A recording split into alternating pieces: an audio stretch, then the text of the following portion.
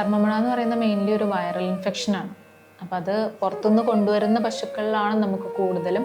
പിന്നെ ഒരെണ്ണത്തിനുണ്ടെങ്കിൽ തന്നെ ബാക്കി എല്ലാത്തിനും അത് പെട്ടെന്ന് തന്നെ വൈറസ് ഇൻഫെക്ഷൻ ആയതുകൊണ്ട് വളരെ സ്പീഡായിട്ട് തന്നെ അത് സ്പ്രെഡ് ആവും.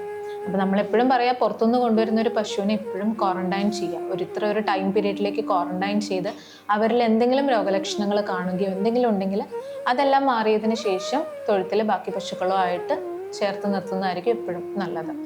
നമ്മൾ ഉള്ളിലേക്കാണ് മെഡിസിൻസ് കൊടുക്കുന്നത്. പിന്നെ ആ മുഴകൾ വന്ന് പൊട്ടിയിട്ടുണ്ടെങ്കിൽ നമ്മൾ പുറമെ ആ മുറിവ് ഉണങ്ങാനായിട്ടുള്ള മെഡിസിൻസും നൽകുന്നതാണ്.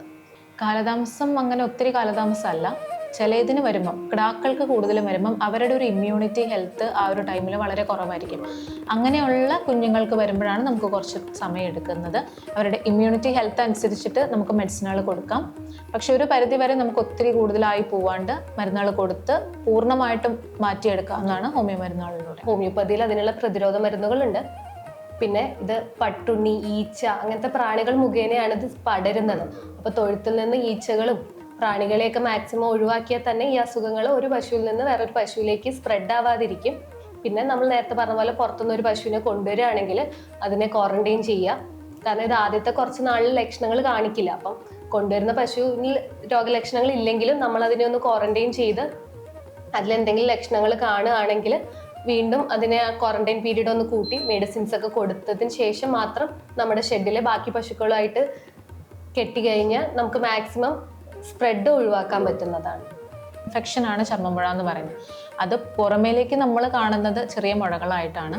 അപ്പോൾ എപ്പോഴും ഉള്ളൊരു തെറ്റിദ്ധാരണ പുറമേ ഉള്ളതിന് പുറമേ മരുന്ന് പരട്ടിക്കഴിഞ്ഞാൽ മാറും എന്നുള്ളതാണ്. പക്ഷെ നമ്മളെ സംബന്ധിച്ച്, ഹോമിയോപ്പതിയെ സംബന്ധിച്ച് ഉള്ളിൽ മരുന്ന് കൊടുക്കുക. കാരണം ഉള്ളിലാണ് അതിൻ്റെ ഇൻഫെക്ഷൻ.